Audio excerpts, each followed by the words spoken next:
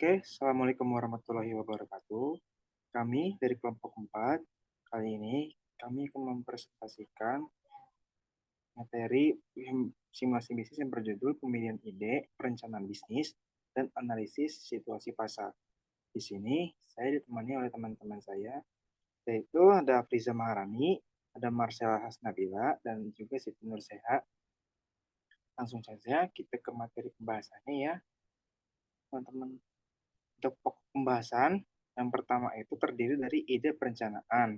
Selanjutnya ada model perencanaan bisnis, analisa situasi dan kondisi pasar, dan yang terakhir, pasar berdasarkan potensi produk yang menjual. Boleh next. Untuk materi pertama akan disampaikan oleh Mbak Marcella. Silakan Mbak Marcella. Baik, terima kasih moderator.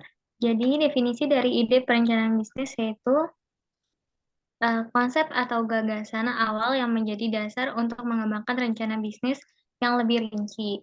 Ini merupakan langkah awal dalam menggambarkan apa yang akan Anda lakukan dalam bisnis Anda.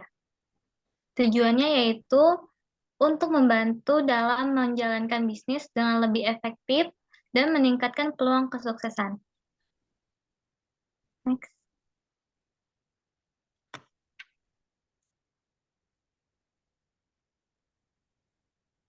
Nah, bagaimana sih ide bisnis ini bisa kita dapatkan? Ada 3 cara untuk memperoleh ide bisnis, yaitu pertama adalah ide bisnis berdasarkan pengalaman atau searching di internet. Ide bisnis berdasarkan pengalaman ini biasanya muncul dari pengalaman pribadi atau profesional seseorang. Ini dapat berarti memanfaatkan pengetahuan, keterampilan, atas keahlian yang Anda miliki. Contohnya yaitu adalah catering makanan. Jika Anda adalah seorang juru masak berpengalaman, Anda bisa memulai bisnis jasa catering atau warung makanan. Yang kedua adalah berdasarkan survei lapangan. Pendekatan ini melibatkan penelitian dan survei lapangan untuk mengidentifikasi peluang bisnis berdasarkan keputusan atau masalah yang ditemukan dalam masyarakat atau industri tertentu. Yang ketiga adalah berdasarkan inovasi.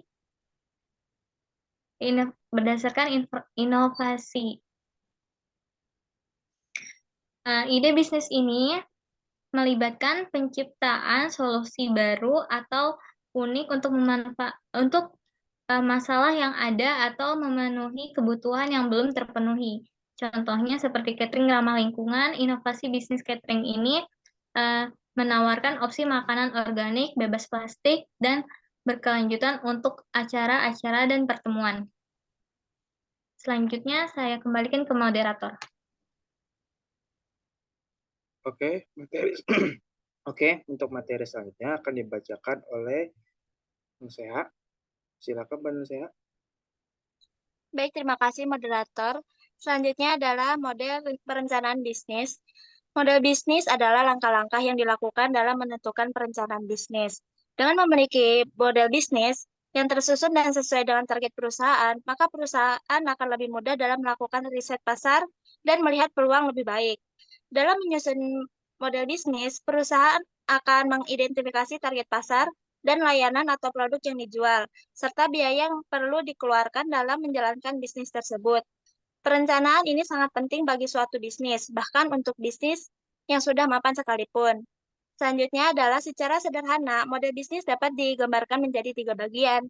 Yang pertama adalah jenis produk yang dihasilkan dan ketersediaan tenaga kerja dalam membuat produk tersebut. Selanjutnya adalah strategi pemasaran. Strategi pemasaran yang dilakukan, distribusi, pengiriman, hingga proses penjualan. Selanjutnya ada strategi harga yang digunakan serta metode pembayaran dari pelanggan. Next.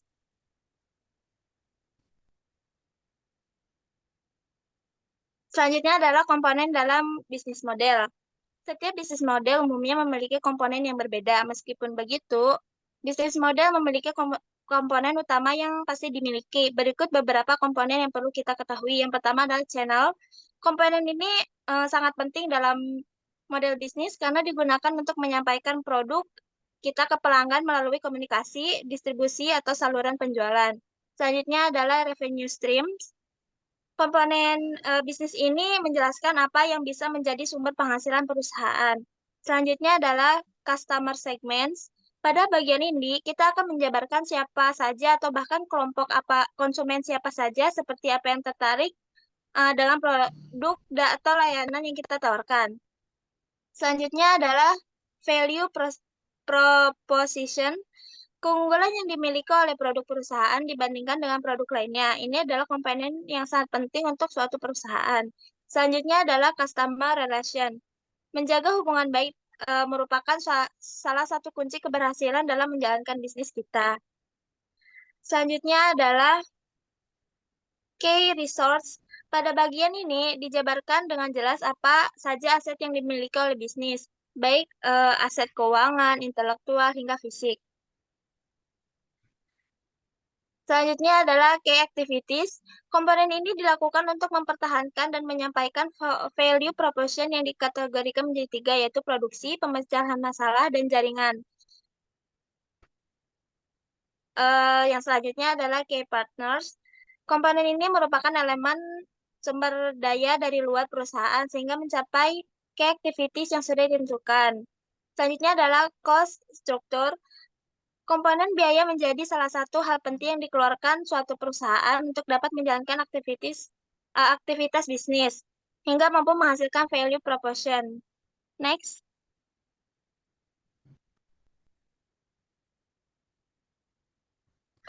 Manfaat model bisnis. Selain dapat membantu dalam hal menentukan target pasar, keunikan produk dan apa saja rencana yang perlu dilakukan untuk mencapai target keuntungan perusahaan, ada beberapa manfaat lain yang bisa kita dapatkan dari membuat bisnis model. Yang pertama adalah mempermudah dalam penyusunan strategi untuk meningkatkan bisnis. Yang kedua adalah meningkatkan fitur dari produk yang akan ditawarkan sehingga dapat menjawab kebutuhan pasar. Selanjutnya adalah lebih memahami target pasar yang akan dituju, dan selanjutnya memahami pesaing pasar dan melihat apa kekurangan mereka yang bisa menguntungkan bisnis kita. Dan yang terakhir adalah mengetahui dengan jelas biaya atau modal suatu produk hingga dapat menentukan nilai jual yang lebih unggul. Next.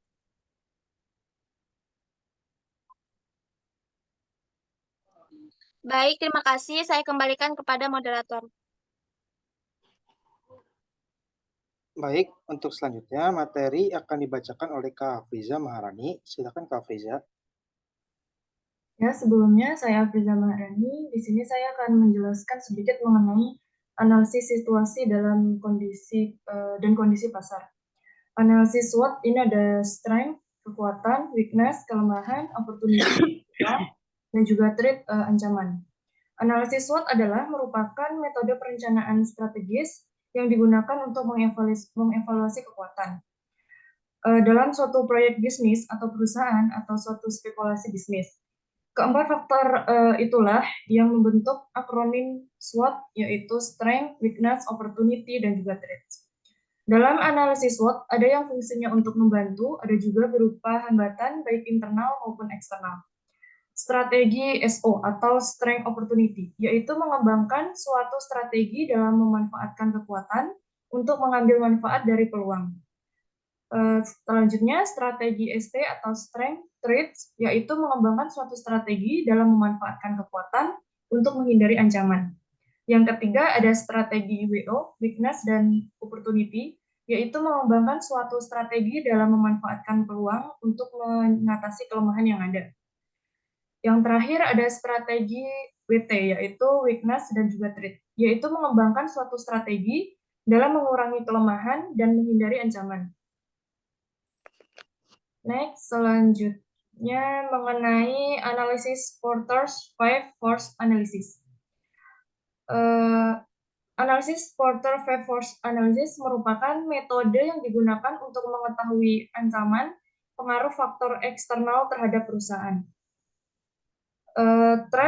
Threats of new entrants adalah ancaman masuknya pendatang baru ke dalam industri dipengaruhi oleh loyalitas pelanggan, diferensiasi produk, biaya investasi, dan kebijakan pemerintah.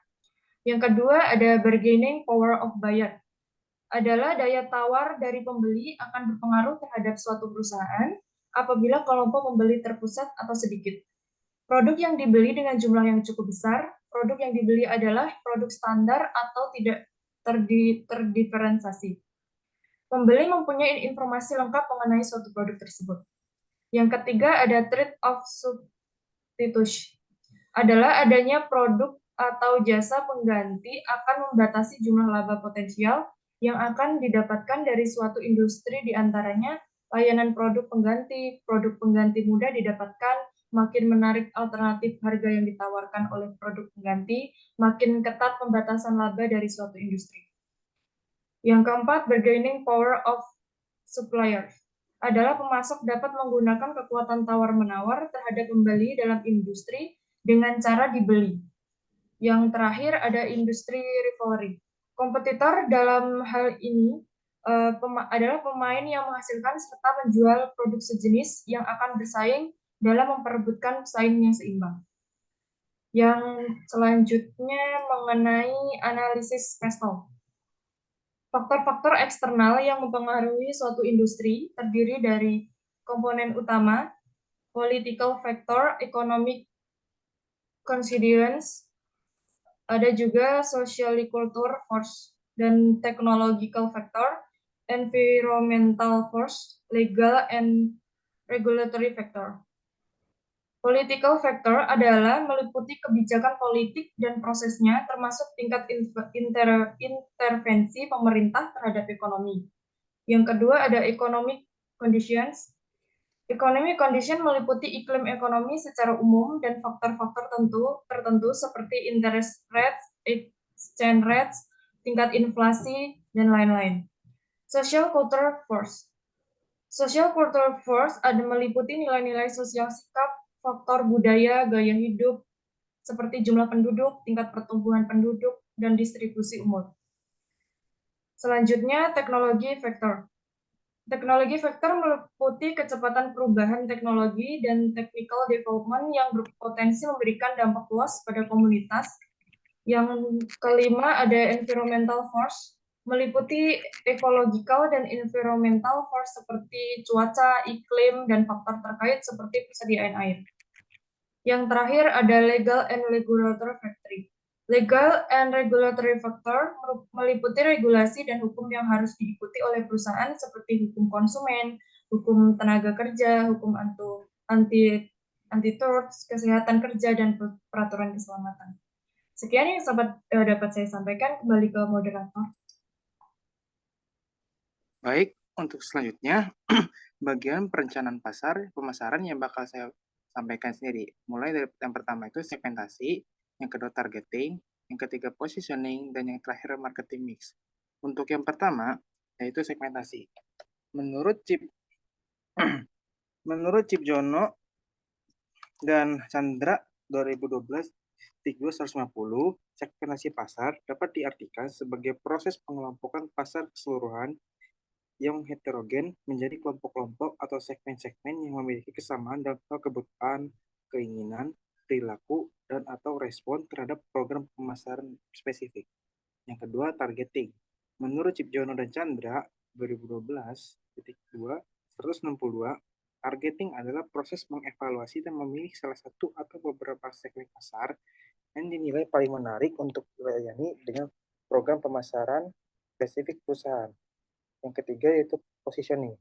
Menurut Kotler dan Keller tahun 2016, positioning adalah tindakan merancang penawaran dan citra perusahaan agar mendapatkan tempat khusus dalam pikiran pasar sasaran. Tujuan dari positioning adalah untuk menempatkan merek dalam pikiran konsumen guna memaksimalkan manfaat potensial bagi perusahaan. Dan yang terakhir, marketing mix. Menurut Kotler dan Armstrong 2016, titik 2/47, bauran pemasaran atau market mix mencakup 4 tahap pokok dan dapat dikontrol oleh perusahaan yang meliputi produk, price, place, and promotion. Untuk yang pertama yaitu produk. Dalam strategi produk, perlu untuk mengidentifikasi CVP atau Customer Value Proposition, yaitu perbedaan di antara total manfaat yang didapatkan customer dengan total cost yang dikeluarkan untuk suatu produk atau jasa. Yang kedua yaitu price.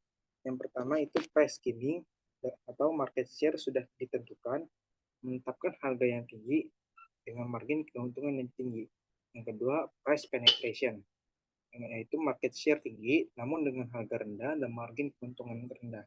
Dan yang terakhir, price discrimination, yaitu harga yang berbeda-beda dan tiap ini yang berbeda. Selanjutnya, place. Strategi distribusi itu menjadi 3, yaitu intensif atau pendistribusi barang yang dilakukan secara agresif ke banyak channel.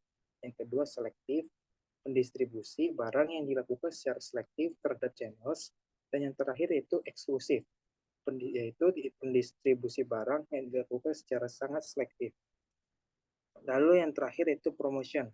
Promotion atau disebut juga dengan marketing communication menyampaikan pesan kepada pasar, baik pesan mengenai produk dan jasa perusahaan maupun informasi mengenai perusahaan tersebut. Baik, sekian presentasi dari kelompok 4. Kami mohon maaf apabila ada terjadi kesalahpahaman dan salah-salah kata.